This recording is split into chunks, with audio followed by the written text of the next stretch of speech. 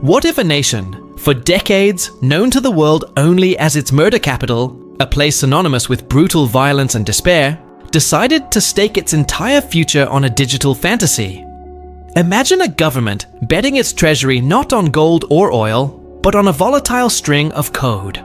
A plan to build a $17 billion futuristic utopia, powered by the raw geothermal fury of a literal volcano, and architecturally designed in the shape of a giant Bitcoin. This isn't the plot of a cyberpunk novel. This is the astonishingly real, high-stakes gamble of El Salvador. It is a story so audacious, so controversial, it could either catapult a small nation into a golden age of prosperity, or bankrupt it into oblivion.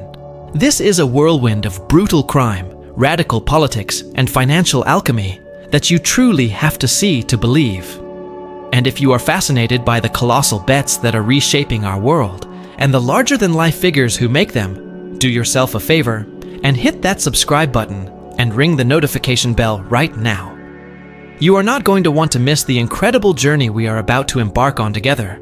To truly comprehend this seemingly insane mega-project, you first have to understand the darkness from which it was born. For most of its modern history, El Salvador was not a place for dreamers. It was a nation drowning in its own blood. This small sliver of a nation in the heart of Central America, home to just over 6 million people, was trapped in a seemingly endless nightmare.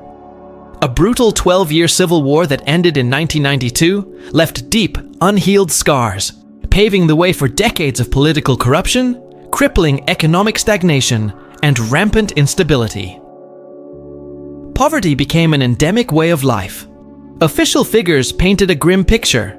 Nearly a third of the population living below the poverty line, with an additional 40% classified as vulnerable, teetering on the edge, just one medical emergency, or one lost job away from falling into absolute destitution. But these stark statistics fail to capture the visceral, daily terror that defined Salvadoran life. This pervasive economic despair created a power vacuum, a void that was filled by some of the most violent and sophisticated transnational street gangs on the planet, most notoriously the Mara Salvatrucha, or MS-13, and their rivals, the 18th Street Gang, or Barrio 18. They carved the country into a patchwork of territories, turning the streets of its cities and towns into their personal fiefdoms. Extortion, known locally as La Renta, or the rent, was ubiquitous. Small business owners, bus drivers, and even families in their own homes had to pay the gangs a weekly tax simply to stay alive. Kidnapping and murder became the soundtrack of daily existence. At its horrifying peak in 2015, the country's homicide rate was beyond comprehension, reaching 103 murders per 100,000 people. To put that in perspective, an average of 18 people were murdered every single day. This made El Salvador, a country not officially at war, statistically more dangerous than many active war zones. The social fabric was shredded. Businesses couldn't operate. Foreign investment was non-existent. The people lived under a constant, crushing cloud of fear. Life became a daily lottery of survival. The country wasn't just struggling. It was a failing state on the brink of total collapse. How could any nation possibly pull itself back from such an abyss? And what kind of leader would it take to even try? Then, seemingly out of nowhere, everything changed. The architect of this seismic and deeply controversial shift is a man who defies simple categorization. Enter Nayib Bukele. In 2019, at just 37 years old, he stormed onto the political scene. Often seen in a leather jacket, designer jeans, and a backward-facing baseball cap, he looked less like a traditional head of state and more like a Silicon Valley tech CEO or a savvy social media influencer. He campaigned as a radical outsider, a man who viscerally rejected the corrupt two-party system that had traded power back and forth for 30 years while running El Salvador into the ground. The people, exhausted by the violence and disillusioned by the old political class, were desperate for any semblance of real change. They responded overwhelmingly. Bukele, running on his own newly formed party's ticket, won the presidency in a stunning first-round landslide, shattering the old political order forever. His central promise was simple and direct: security. And his methods were anything but conventional. He declared a full-scale, no-holds-barred war on the gangs. In March of 2022, following a particularly bloody weekend of gang violence, he enacted a controversial state of emergency. This régime d'exception suspended certain constitutional rights, including the right to a lawyer and the right to be informed of the reason for arrest, giving his police and military unprecedented power to detain anyone merely suspected of gang affiliation. The result was a dragnet of historic proportions. In a stunningly short period, nearly 80,000 people have been arrested and imprisoned. To house this massive influx of inmates, Bukele commissioned the construction of the Terrorism Confinement Center, or SECOT, one of the world's largest prisons. This stark, brutalist mega-facility, designed to hold 40,000 inmates in a harsh, no-frills environment, became a terrifying symbol of his iron fist policy. The results were as dramatic as they were polarizing. The murder rate plummeted by over 90%. From being the world's most dangerous country, El Salvador suddenly became one of the safest in Latin America. Neighborhoods once ruled by fear were liberated. Businesses began to reopen. Tourists, once terrified to even consider visiting, began to return in droves. Nayib Bukele's approval ratings soared to over 90%, making him arguably the most popular leader on the planet. But this newfound peace came at a price. Human rights organizations, both local and international, cried foul, warning of mass arbitrary detentions, torture, deaths in custody, and the complete erosion of due process and democratic norms. Bukele, however, brushed off the criticism, famously rebranding himself on Twitter as the world's coolest dictator. He had delivered safety, and for the vast majority of Salvadorans, that was all that mattered. But he wasn't done. He had an even more radical, more world-altering plan in mind. He didn't just want to clean up the streets, he wanted to rewrite the very rules of money itself. In June of 2021, Bukele sent shockwaves across the global financial system with a move no other country had dared to make. He stood before the world at a Bitcoin conference in Miami and announced via a pre-recorded video that El Salvador would become the first nation on earth to adopt Bitcoin as legal tender. The volatile cryptocurrency would now stand on equal footing with the US dollar, which had been the country's sole official currency for 2 decades. The rationale, as Bukele articulated it, was revolutionary. With a staggering 70% of Salvadorans lacking access to a traditional bank account, Bitcoin, he argued, would offer financial inclusion to the unbanked masses. It was also pitched as a way to dramatically lower the cost of remittances, the money sent home by millions of Salvadorans working abroad. These remittances make up a massive portion of the country's GDP, over 20%, and legacy services like Western Union take a significant cut. Bitcoin, in theory, could slash these fees, putting more money directly into the pockets of Salvadoran families. He pitched it as a masterstroke that would attract foreign investment, spur technological innovation, and break the country free from its reliance on traditional financial systems and institutions like the IMF. To kickstart this crypto revolution, the government used public funds to purchase hundreds of Bitcoin. They developed a dedicated state-run digital wallet called Chivo, which translates to cool in local slang, and to drive adoption, they offered a $30 sign-up bonus in Bitcoin to every citizen who downloaded the app. The international reaction was a storm of skepticism and alarm. The International Monetary Fund issued a stark public warning, urging El Salvador to reverse the law, citing large risks to financial stability, financial integrity, and consumer protection. After all, Bitcoin's price is notoriously volatile, capable of swinging 20% in a single day. How could a government responsibly peg its national treasury to such a wildly unpredictable asset? The Salvadoran people themselves were deeply divided and largely confused. Polls showed that a vast majority were distrustful of the new law, unfamiliar with the technology, and fearful of losing their meager savings to a sudden price crash. The Chivo wallet, despite the free money, was largely abandoned by the populace after the initial $30 bonus was cashed out. Adoption for everyday transactions and remittances remained negligible. It seemed Bukele's grand financial experiment was a failure. But for a leader who thrives on bold, defiant moves, the skepticism was just fuel for the fire.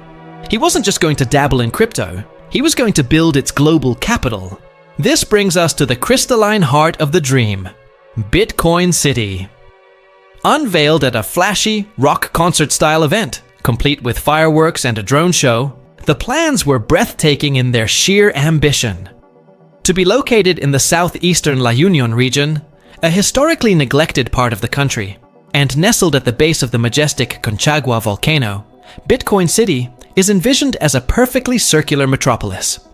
Renderings showcase a gleaming futuristic city with a massive Bitcoin symbol emblazoned in a central plaza, a golden monument to digital currency visible from aircraft and even from space. It would have everything a modern city requires: sleek residential areas, high-tech commercial districts, a new international airport, and a bustling port to revitalize the region's economy. But the city's true selling point, its irresistible lure, was its proposed economic structure. It was designed from the ground up to be a global magnet for a new generation of crypto-wealthy investors, digital nomads, and tech entrepreneurs. Bitcoin City would be a near-total tax haven. No income tax, no property tax, no capital gains tax, no payroll tax. The only tax levied would be a value-added tax, or VAT, on goods and services. The revenue from this VAT would be split, with half going to fund city services and public infrastructure, and the other half dedicated to paying off the municipal bonds used to build the city in the first place. It was a libertarian paradise in the making, a beacon for capital in the digital age. And to sweeten the deal even further, Bukele's government promised a fast track to citizenship for foreigners willing to invest heavily in the project, essentially selling a passport in exchange for belief in the Bitcoin dream. And what about that volcano? The choice of location was no mere aesthetic flourish. The Concagua volcano wasn't just a dramatic backdrop, it was the city's power source. The entire metropolis, from the streetlights and homes to the power-hungry data centers and high-powered computer servers, would run on 100% clean, renewable, geothermal energy, tapped directly from the immense thermal power of the volcano. This would also power the city's other key industry, Bitcoin mining. Bukele envisioned a city that literally forges its own digital money from the primordial heat of the earth. A green, self-sustaining, crypto-powered utopia. But a dream of this magnitude comes with an astronomical price tag. The initial estimate floated by Bukele himself, a staggering 300,000 Bitcoin. At the time of the announcement, that was equivalent to over 17 billion US dollars. For a country with an annual GDP of around $30 billion, it was an almost unbelievable nation-betting sum. So how on earth could El Salvador possibly afford it? The answer was just as fantastical and just as controversial as the city itself. Volcano bonds. Yes, you heard that right. Volcano bonds. The proposed funding mechanism for Bitcoin City is a $1 billion bond offering, but with a radical crypto twist. These would be the world's first sovereign blockchain-based bonds. The plan, as audacious as it is risky, is this. Of the $1 billion raised from investors, half, $500 million, would be used for the initial construction of the city's infrastructure and the creation of the geothermal-powered Bitcoin mining facilities. The other half, the remaining $500 million, would be invested directly into buying more Bitcoin for the national treasury. The logic is a high-stakes, leveraged gamble on the future. The core idea is that as the price of Bitcoin inevitably rises over the years, the government can sell off its holdings at a massive profit. This profit would then be used to pay back the bondholders with a handsome yield, and the remaining surplus would be reinvested to fund the rest of the city's $17 billion construction. In essence, they are using a bet on Bitcoin to fund a city dedicated to Bitcoin, which will in turn mine more Bitcoin using volcanic energy. It's a dizzying, self-referential loop of crypto finance. And it's not entirely theoretical. El Salvador had already started a pilot project on a smaller scale, setting up a Bitcoin mining operation powered by another volcano, Tecapa. As of early 2024, that modest facility had already mined nearly 500 Bitcoin. The proof of concept existed. Now, Bukele wanted to scale it up to a city-sized level. The stage was set. The plans were announced. The world was watching, half in awe, half in disbelief. But then came the harsh, freezing light of reality. Bitcoin City was announced in November 2021, at the absolute peak of a historic crypto bull run. What happened next was a brutal, prolonged crypto winter. The price of Bitcoin crashed, and crashed hard, losing over 2/3 of its value from its all-time high. El Salvador's national Bitcoin holdings, bought with public money, were suddenly deep in the red, representing a paper loss of tens of millions of dollars. The dream seemed to be turning into a financial nightmare. International doubts and ridicule intensified. Was this all just a massive publicity stunt? A fever dream from a crypto-obsessed president that would never materialize? For over 2 years, a deafening silence surrounded the project. The lush jungle at the base of the Concagua volcano remained untouched. The promised volcano bonds, slated for release in early 2022, were delayed again and again and again. While the government did pass the necessary legislation to create a legal framework for the bonds in early 2023, they still have not been issued. The only tangible sign of progress was some preliminary earth-moving work for the city's future airport. It seemed, for all intents and purposes, that Bitcoin City was destined to become a ghost project, a spectacular cautionary tale of national hubris and cryptomania. But in the wild, unpredictable world of cryptocurrency, winter never lasts forever. As 2023 rolled into 2024, something remarkable happened. The price of Bitcoin didn't just recover, it roared back to life with ferocious momentum, surging past its previous records to a new all-time high. Suddenly, President Bukele's massive, unwavering gamble didn't look so foolish anymore. El Salvador's entire portfolio of purchased and mined Bitcoin, once a source of national embarrassment and international scorn, was now showing a significant unrealized profit. As of mid-2024, the country's Bitcoin reserves were worth over $50 million more than their average purchase price. It was a moment of public vindication for Bukele and his supporters. Now, let's be perfectly clear. A $50 million profit, while significant, is a mere drop in the ocean when you are trying to fund a $17 billion city. It is not nearly enough to break ground in a meaningful way. However, the psychological and political impact of this turnaround is immense. The bet is back in the green. And, crucially, in February of 2024, Nayib Bukele was re-elected as president in another historic landslide, securing an even stronger mandate to pursue his unconventional and audacious vision for the country. The political will is there. The financial proof of concept, however tenuous, has been validated by the market. The project is no longer just a fever dream. It is the official, ongoing policy of a very popular, and now even more powerful, second-term president. And so, we stand at a historic precipice. The story of Bitcoin City is far from over. In many ways, it has just begun. With the price of Bitcoin demonstrating new strength and Bukele firmly in control for another 5 years, it is entirely possible that we will start to hear the roar of construction at the base of that volcano sooner rather than later. The volcano bonds, now a far more attractive proposition for investors in a bull market, may finally be issued. This entire saga raises profound, existential questions about the future of nation-states and the very nature of money in the 21st century. Is Nayib Bukele a visionary genius, a pioneer forging a new path for developing nations to leapfrog over traditional economic models and into a digital future? Or is he a reckless gambler, a charismatic authoritarian who has staked his country's entire soul on the most volatile and unpredictable asset known to man? Is Bitcoin City the dawn of a new, decentralized era of wealth and prosperity? Or is it destined to become the world's most expensive, volcano-powered ghost town? Only time will tell. The world is watching, and the volcano is waiting. What do you believe will be the fate of this audacious project? Let us know your predictions in the comments down below.